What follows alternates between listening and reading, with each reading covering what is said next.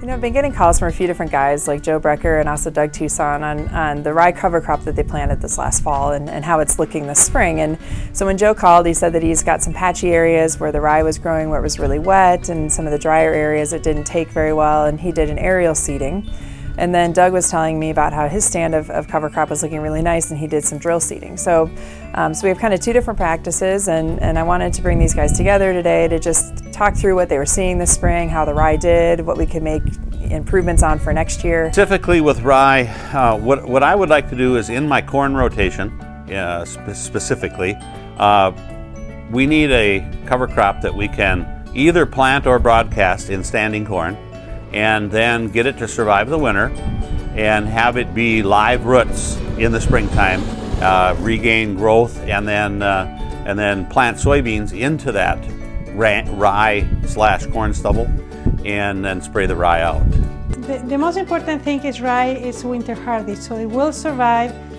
It's planted in the fall, will protect the soil in the fall, but it will survive the winter and provide the cover early in the spring, when we can have a lot of soil erosion problems. You know, when we talk soil health, we're looking at having something growing in the soil for longer. And so rye is one of those crops that will do well in North Dakota, and it's something that can be planted either aerially into corn or interseeding into corn. And so it lengthens the growing season of something growing within that field. Cover crops, you have two main methods of seeding: drilling or aerial seeding. Or broadcasting, it could be broadcasting with a spreader too. Now the pros and cons. The main thing is the drilling is preferred, especially in this area, because we don't know if we're going to have the moisture. With drilling, you are securing that soil seed contact, so you're going to get, the chance that you're going to get a good stand are very high. Now, aerial seeding or broadcast seeding, you're depending on rain. If it doesn't rain, you're not going to get anything. But aerial seeding, the other advantage it has is it's very cheap and fast. Last fall for establishment, I had a aerial applicator come in late September, and we had him broadcast about 1.25 bushels of rye per acre. And we'd had a dry late season, and then it just got drier from there on out. So I estimated that from the mid-September through early May, we'd only had about 2 inches of total precipitation in about 8 months.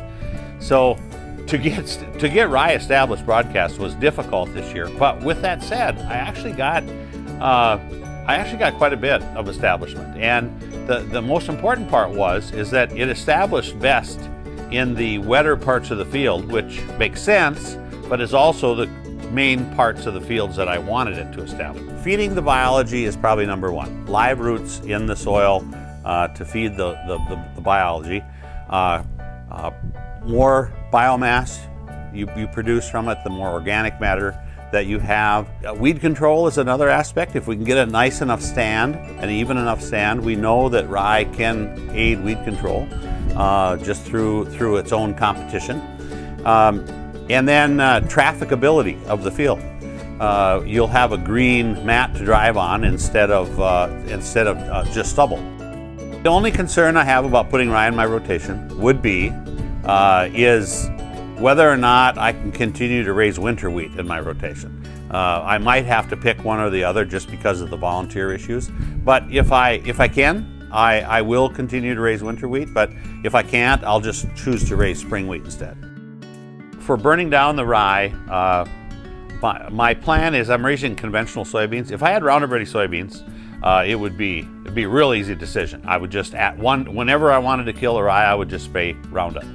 But since I don't have a post-emergence Roundup option, I will probably spray the field with Roundup prior to emergence. I definitely plan to. I will either do the same thing, broadcast with an aerial applied. It was easy. I mean, all I had to do is call the applicator, and it was very quick and efficient. The past couple years I've been here, there's been a lot more interest in cover crops, building diversification in their rotation, and just wanting to try different things in rye. You know, as far as encouragement to somebody to do it, you know, you just have to play with it on your own farm, and not be afraid of it, and just use it to whatever you think it would benefit you. But more than anything, just try it and see what you think of it. But I think it's got a great future in this progression of trying to get more cover crops annually on all our crops.